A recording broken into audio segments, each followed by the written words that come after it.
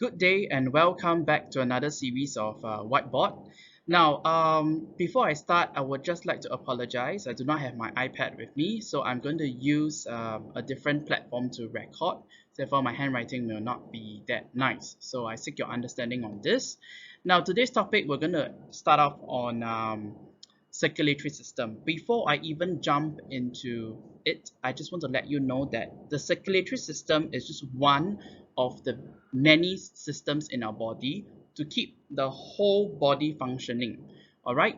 Now there are three very important systems that you need to know, and they are interrelated. Firstly, it is the digestive system, and then you have your respiratory system, and finally your circulatory system. Now, the way they work and the way they function, all right, they are interrelated. So by the end of this video, I will tell you how is it been that they are interrelated and how you can apply your knowledge and see the relevance of each system helping each other out. So without further ado, let's start. Okay, so let's start off by looking at what is the function of the circulatory system. Now, the name circulatory or circulate, all right, means to bring things around. Okay, to circulate things around. So that's exactly what your circulatory system does. It actually carries things around your body. And this is a very important function because many of the important things that are absorbed into our body, all right, cannot be stored at a single part. It has to be distributed to every single cell. All right, so what are some of these things that your circulatory system brings around that is so important? Now, the first thing that we have would be your glucose, which is a type of sugar, simple sugar. Not forgetting you have also oxygen, water, mineral salts, and vitamins, which I'm not going to pen it down because that is important, but it's not key. I just really want to talk about the most important things. So just by looking at this alone, you realize that these two items, if you recognize these two components, in my previous video in respiration, you would know that these two ingredients are the key ingredients that is needed for a very important process known as your respiration. Now let's do a very quick recap. Now, respiration actually happens in every single cell. All right, so I'm just going to pen it down here for you.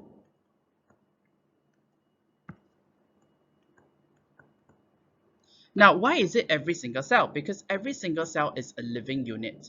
Now, when you are a living thing, the most important thing that you need is energy. Without energy, that cannot happen. So respiration happens in every single cell so that essentially you will get something known as your energy, right? And energy is required to carry out many processes such as cellular repair, reproduction, growth.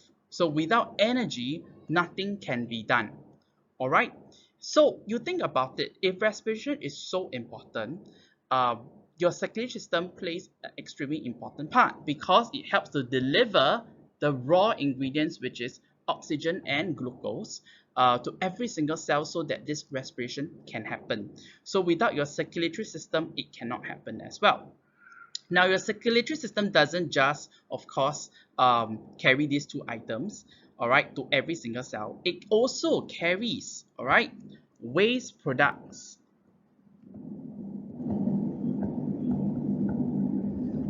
from your cells to the various organs to be removed. Now, during respiration and doing other chemical activities that happens in your body, you will actually produce waste products, and these waste products could be toxic to your body. So you really need to remove these products from your body. So to do that, your circulatory system will once again carry these items from your cells and to the appropriate organs to be removed. One of the most common item that we have talked about is actually your carbon dioxide. I hope you remember. So your carbon dioxide is one of those items that is a waste product produced during respiration. So to get rid of this carbon dioxide, what you will need to do is that the carbon dioxide that is produced by every cell will go into the bloodstream, and then your circulatory system will carry it to your lungs for you to actually remove it via gaseous exchange, all right, in your air sacs, and then you will breathe out this carbon dioxide, and that's how it works. So you see, your circulatory system is really very important. So now we got the big picture of it. Let's dive into what are the main components. So the main components of your circulatory system is pretty straightforward. You have your heart, you have your blood vessels, and of course you have your blood. So your heart is like a muscle, all right, that pumps blood around your body. All right, so it's like the driving force, the engine, the pump that actually compresses and relaxes, and then compresses and relaxes to push and force blood around your body. Now your blood vessels are actually tubes. Right, they're actually tubes to help to allow blood to flow in it. Think of them as in like uh, tunnels that actually allows your blood to flow through. So they guide it around the body. All right. So certain tubes they carry blood at high pressure. Those are your arteries. Certain tubes known as your veins carry uh, blood back to your heart. Certain tubes that are very fine are called your capillaries. All right, they carry blood in between your cells to oxygenate them and to remove waste product from them. And of course, last but not least, you have your blood, which is the liquid component.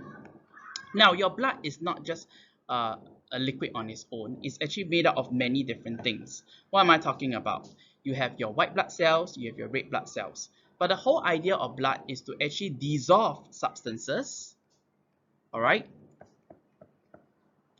so that they can be transported around your body. Now, can you guess what are these substances? Well, I'm sure you already knew. An example would be your glucose.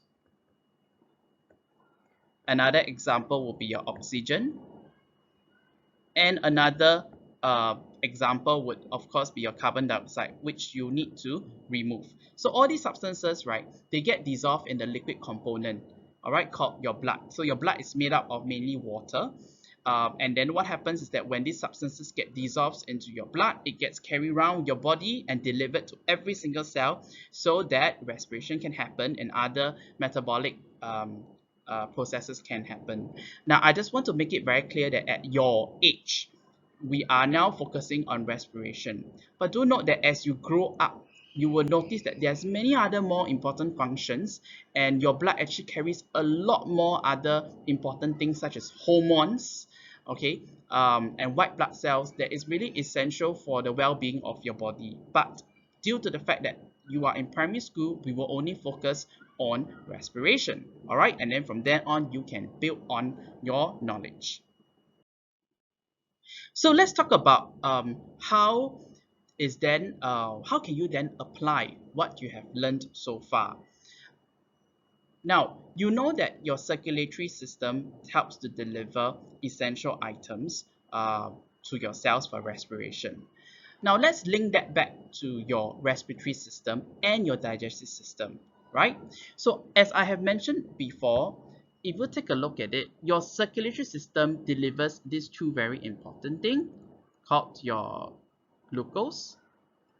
Okay, or rather, let me put it this way. In order for respiration to happen, all right, you will need glucose, you will need oxygen, and what you will get would be energy with carbon dioxide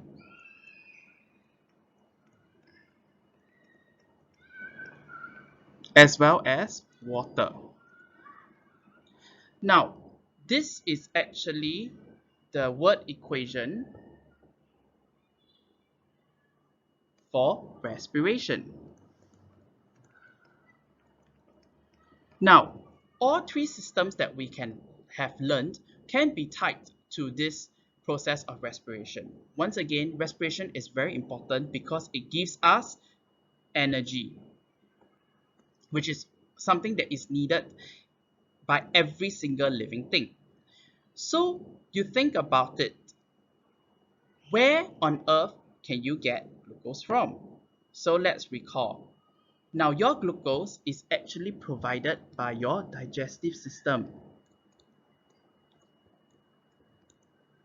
So if you have not already, please go and watch my video on digestive system, whereby food is digested to become small simple substances, small enough so that it can be absorbed into the bloodstream via your small intestine, where digestion is completed, and that's where you get your glucose from. And that's how your digestive system is related to your circulatory system, which helps to deliver these two items.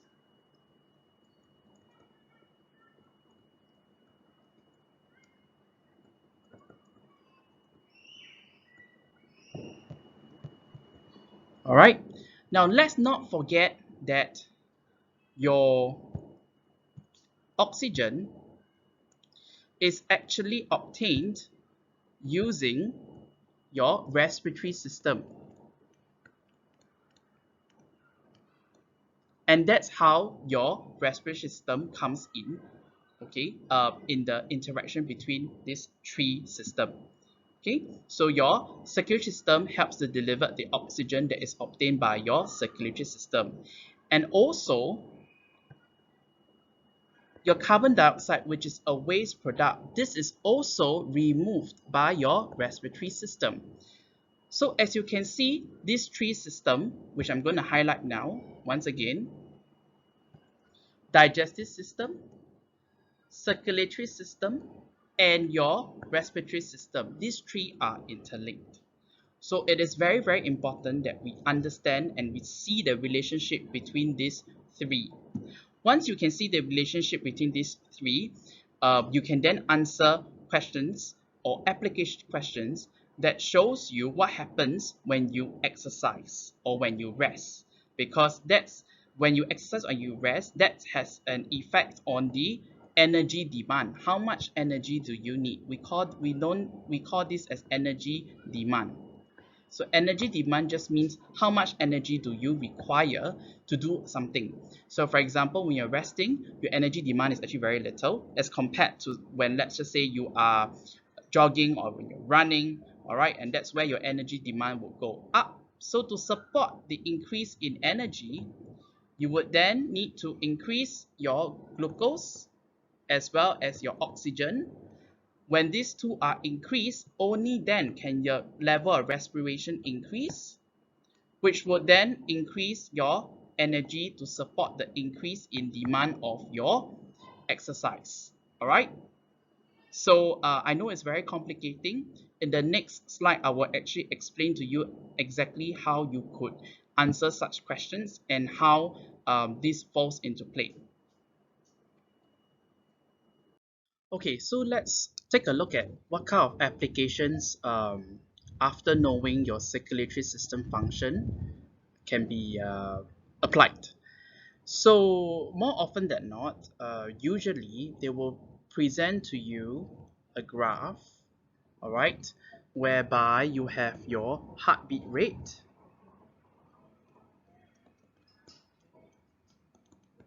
and then after that you have your time over here. And then the question will give you a scenario whereby someone is actually resting at first, and before you actually do a more strenuous activity such as running followed by jogging or whatever it is. So what actually happens here is, in a typical scenario, is let's just say the person was actually resting first before the person decides to maybe go for a swim, or maybe let's just say the person decided to go for okay, let's say go for a swim. All right, So now what you notice is that as time goes by, this person will actually increase in heartbeat rate.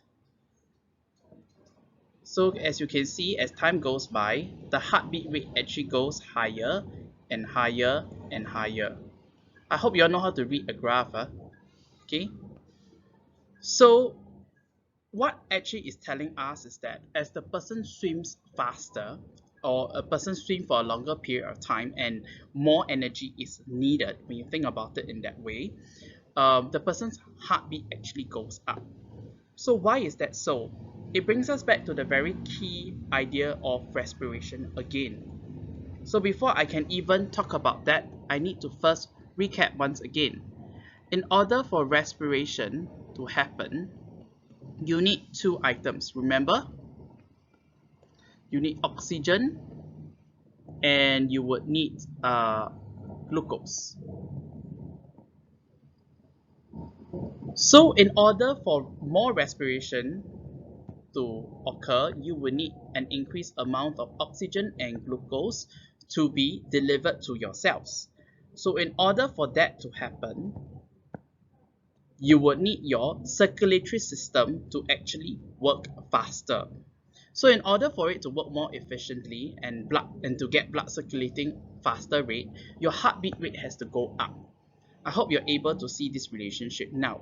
So if we're going to put it into words, all right, you can describe it as the level of exercise intensity increases. So when I say increases, right, it could be like maybe the person is running faster or the person is doing a more strenuous form. For example, when you're comparing, say, when you're reading a book and when you are walking, definitely walking is a more strenuous activity. You will need more energy, correct? So we say that the intensity has increased, okay? The heartbeat, the heart beats at a faster rate to pump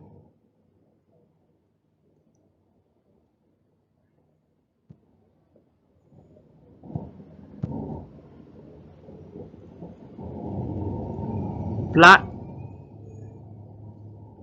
faster around the body. Okay, that's one thing. Now, why do you want to pump your blood at a faster rate? That's where the next part comes in. Hence, more oxygen and glucose is transported to the muscle cells for more respiration to release more energy to support the increased energy demand.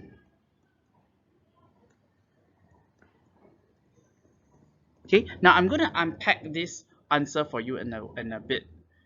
Now, if you take note, first things first, you need to recognize that when level of exercise intensity increases, you will need more oxygen and glucose to carry out more respiration.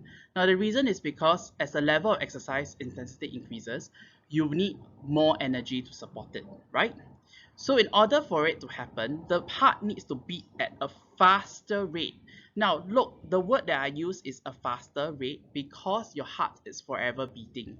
You cannot say things like, oh, the heart beats to pump blood. it doesn't work that way, because if you say that you are actually saying that the heart doesn't beat at all if you're not exercising. That's not true. Your heart actually beats every single second, all right, of the day. So it just beats faster in order to pump blood faster around the body. Now, the reason why you want to pump blood faster is to actually deliver more oxygen and glucose. Now, I have to stress this. In fact, I'm going to highlight it in a different color, that your oxygen and glucose must come hand in hand, right? And that is worth one marking point, because respiration cannot take place without either one of these. So it doesn't make sense to just say, oh, to pump more oxygen alone or to pump more glucose alone, because one ingredient alone will not allow you to carry out respiration. Right? So both, it must come together as an answer. All right, to the muscle cells. Now, actually, it's all parts of the body, but because we're talking about exercise, the type of cells that would actually benefit most for this is actually your muscle cells, because they do the most work when you're exercising. All right, and why do you want to bring more oxygen and glucose to your muscle cells? Is so that more respiration can take place. Now, once again, I'm going to highlight the word more here, because respiration takes place 24/7. Every single second of the day, you need to have respiration in order to get energy for your daily work. Think about that.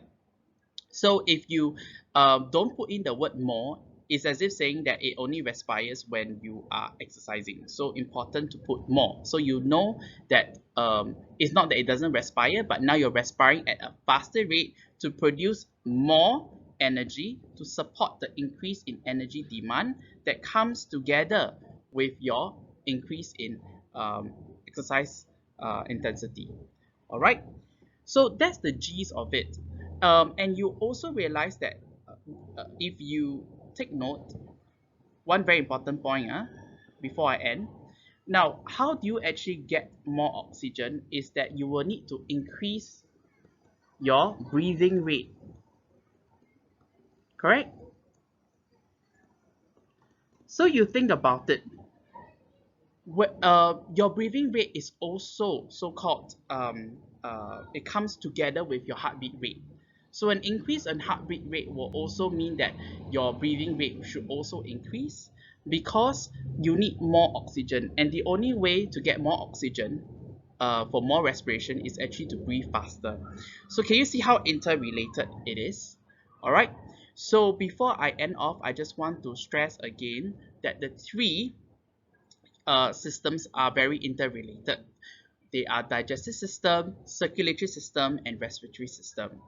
Now, the three of them work together to bring about a common function called respiration, which happens in all cells to release energy needed for daily activities. So that is really the central idea of it. So I hope you've enjoyed my lesson. All right, all the best. Thank you, and I'll see you next time.